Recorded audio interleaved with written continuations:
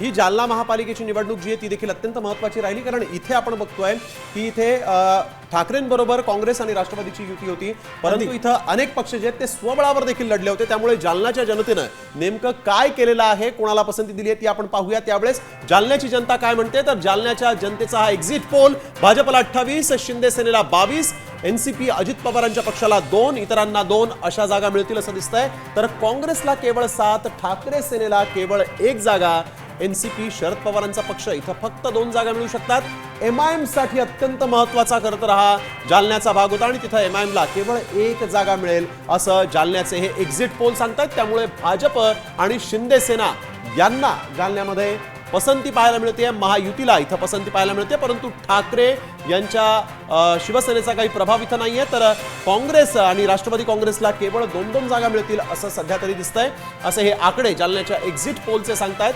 अगदी बरोबर आहे। जालन्यामध्ये बघतोय दोन्ही राष्ट्रवादीला काय फारसं यश मिळालेलं दिसत नाही, मात्र भाजपला सर्वाधिक 28 त्यांचे नगरसेवक निवडून येतील असा अंदाज आहे। त्या खालोखाल शिंदे सेना दुसऱ्या क्रमांकावर पक्ष असेल 22, अजित पवारांच्या राष्ट्रवादीला 2, इतर 2, काँग्रेसला 7, ठाकरे सेनेला केवळ 1, शरद पवारांच्या राष्ट्रवादीला 2 आणि एमआयएम पक्षाचा 1 नगरसेवक निवडून येईल असा एक्झिट पोल सांगतोय। जालन्यामध्ये युती होती तर मनसेच्या विरोधात ठाकरे सेना होती, ठाकरे काँग्रेस आणि या ठिकाणी समाजवादी पक्षाची युती होती, तरी देखील इथं फार काही करिश्मा या युतीचा झालेला नाही।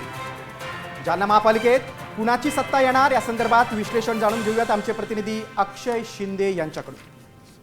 जालना शहर महानगरपालिकेसाठी मतदान प्रक्रिया जी ती पार पडलेली। खरं तर जालन्यात महानगरपालिकेची ही पहिलीच निवडणूक होती आणि त्यामुळे अत्यंत अटीतटीची आणि चुरशीची निवडणूक खरं तर पाहायला मिळाली।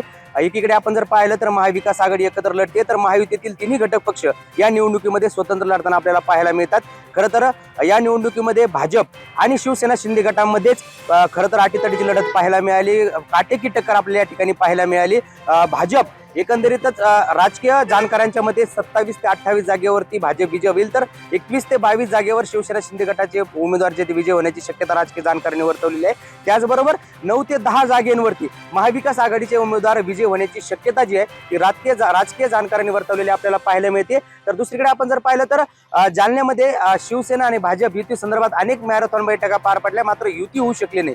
मात्र या अंदाजावरून खरं तर कोणत्याही एका पक्षाला बहुमत मिळताना पाहायला मिळत नाही। त्यामुळं निकालानंतर कुठेतरी महापौर पदासाठी शिवसेना आणि भाजप पुन्हा एकत्र येण्याची शक्यता अशी संकेत जे भाजप नेत्यांनी युती जेव्हा तुटली होती तेव्हा दिलेले आपल्याला पाहायला मिळत आहे। त्यामुळं कुठेतरी या महानगरपालिकेवर महायुतीचा महापौर होण्याची शक्यता जी आहे ती राजकीय जाणकारांनी वर्तवलेली आपल्याला पाहायला मिळत आहे। अक्षय शिंदे, साम टीव्ही न्यूज, जालना।